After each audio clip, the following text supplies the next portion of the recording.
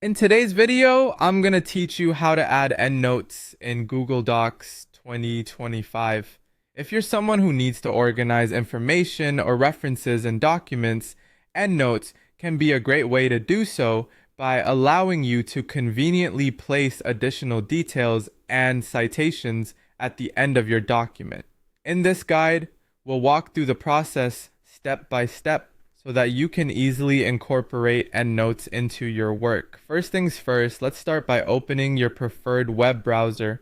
Once you've done that, navigate to google.com. From the main page, you'll want to sign into your Google account. You can do this by entering your email address and then clicking on the sign in button.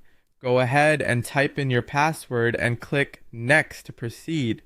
After logging into your Google account, the next step is to open Google Docs.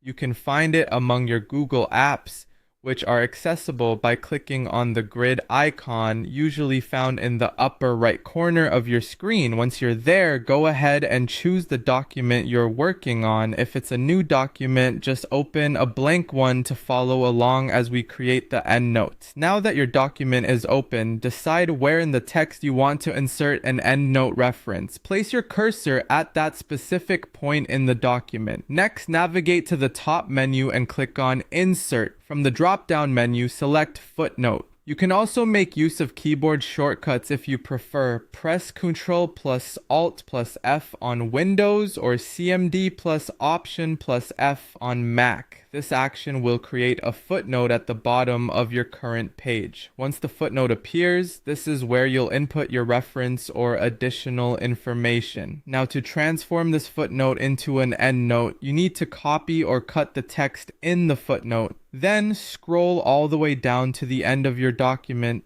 where you'll start your endnotes section. Paste the footnote text you previously copied or cut there, forming your endnote. As you go through your document and add more endnotes, simply repeat these steps for each reference. Remember, manually numbering them in sequence will help maintain clarity and organization in your document. And there you have it. By following these steps, you've successfully learned how to add endnotes in your Google Docs.